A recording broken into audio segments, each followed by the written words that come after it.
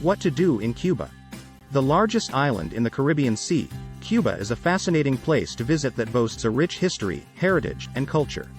Long shaped by communism, Castro, Che Guevara, and the Cold War, Cuba is now an increasingly popular destination with a rapidly expanding tourism industry.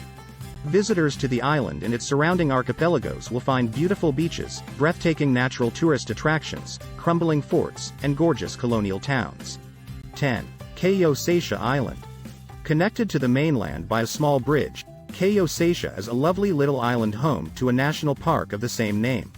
Located in Holguin province in the southeast of Cuba, the former government game reserve now protects exotic animals, with camels, zebras, and ostriches spotted alongside water buffalo and deer. Lined by secluded coves and hidden beaches, the cay is covered in grassy plains, lush forests, and intriguing swamps. Visitors to Cayo Seixa can stay at its one resort and take jeep safaris to the bush or beach. 9. Classic American cars.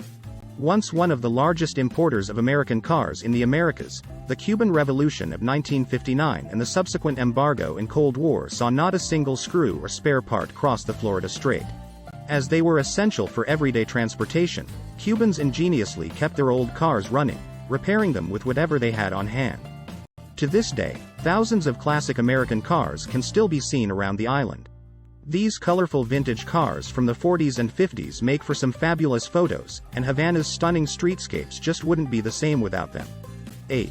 Castillo de San Pedro de la Roca. Perched atop a rocky outcrop, Castillo de San Pedro de la Roca lies on the outskirts of Santiago de Cuba, overlooking and guarding the entrance to its bay.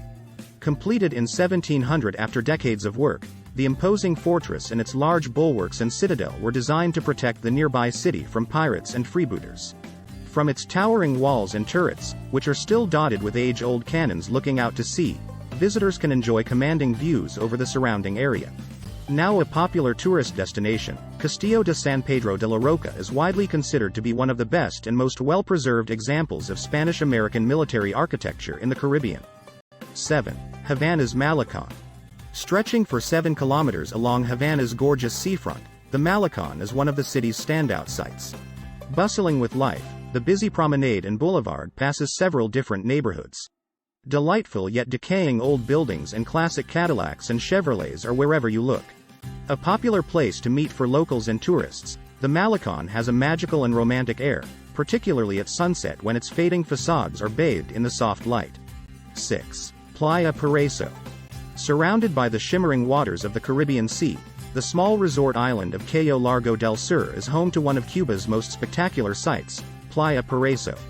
Delightfully untouched and undeveloped, its sun-kissed sands are perfect for lounging on, with swimming and snorkeling to be enjoyed in its warm waters. In addition to its scattering of bars, restaurants, and hotels, visitors can also stop by the gorgeous Playa Serena which lies nearby. 5. Trinidad Old Town. Set in Sancti Spiritus in central Cuba, the small city of Trinidad boasts one of the most popular, pleasant, and picturesque old towns in the country. Located just inland from the Caribbean coastline, with rolling hills lying all around, its mesmerizing mess of cobbled streets are lined by colorful colonial buildings, artisanal workshops, and Baroque churches.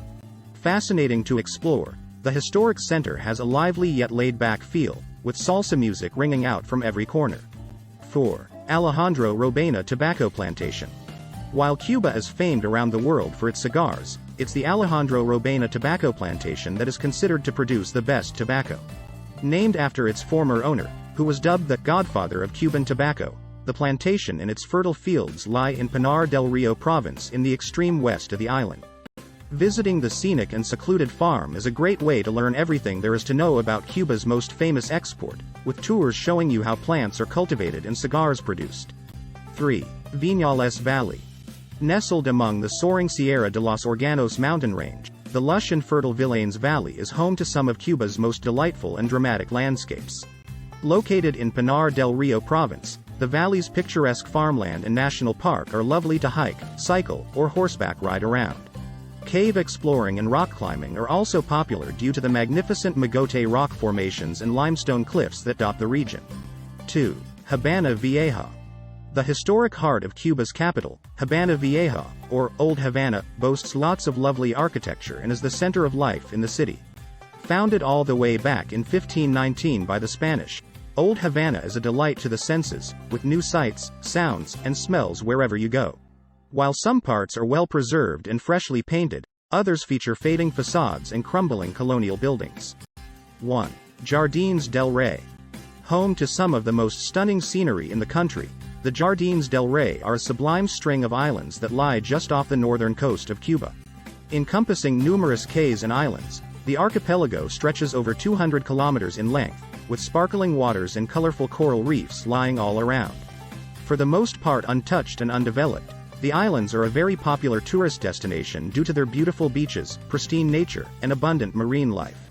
As they are home to the most hotels and resorts, as well as some of the most breathtaking beaches, both Cayo Guillermo and Cayo Coco attract the most visitors.